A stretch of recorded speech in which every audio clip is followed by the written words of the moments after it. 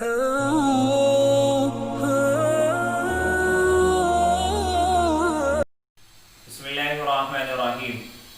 मौजूद नाज़रीन किराम, अस्सलामु अलैकुम वरहमतुल्लाहि वबरकातुहू। मुल्क में लॉकडाउन लगा हुआ है और ईद उल अज़हा की नमाज कल इंशाअल्लाह अदा की जाएगी। ईद उल अज़हा की नमाज को लेकर न तो ईदगाह में नमाज पढ़ने की इजाज़त है और मसाजिदों में भी कुछ ही लोगों को नमाज पढ़ने की इजाज़त दी गई है। तो अब हम लॉकडाउन के चलते नमाज ईद उल अज़हा की नमाज भी, जिस तरह हमने ईद की नमाज अपने घर पर अदा की थी, इसी तरीके से ईद उल अज़हा की नमाज भी अपने घरों पर अदा करें।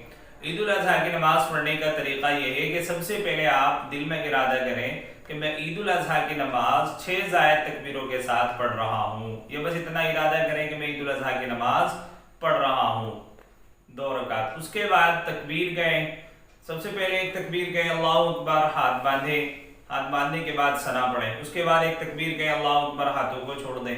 फिर दूसरी तकबीर गए अल्लाहु अकबर, हाथ को छोड़ दें। फिर तीसरी तकबीर गए अल्लाहु अकबर, हाथों को बांध लें।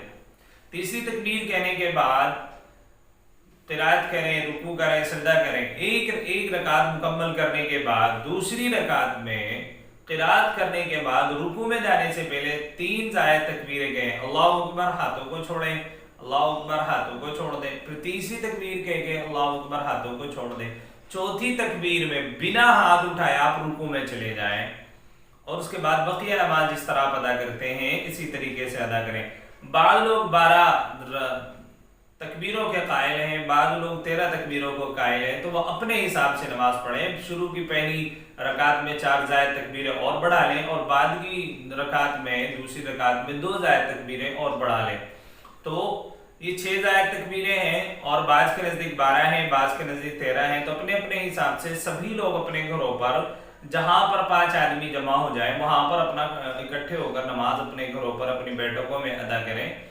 और ईद उल अज़हा के ताल्लुक से जितनी भी गाइडलाइन सरकार की तरफ से जारी हुई हैं, पुलिस प्रशासन की तरफ से जारी हुई हैं, उन तमाम को फॉलो करें और जितनी ज़्यादा एहतियाती तदाबीर आप इख्तियार कर सकते हैं उन तमाम एहतियाती तदाबीर को इख्तियार कीजिए और अपने आसपास में किसी किस्म की कोई गलाजत को मत फेंकिए।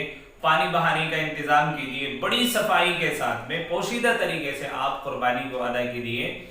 ईद उल अज़हा की नमाज में न तो अजान होती है और न तकबीर होती है, तो जितने भी आपको एहतियाती तदाबीर बताई जा रही हैं वो तमाम एहतियाती तदाबीर अपनाते हुए अपनी कुर्बानी को अदा करें। अल्लाह तबारक व तआला हमें इस ईद उल अज़हा के त्यौहार को सही तरीके से मनाने की और सही तरीके से कुर्बानी करने की तौफीक अता फरमाए।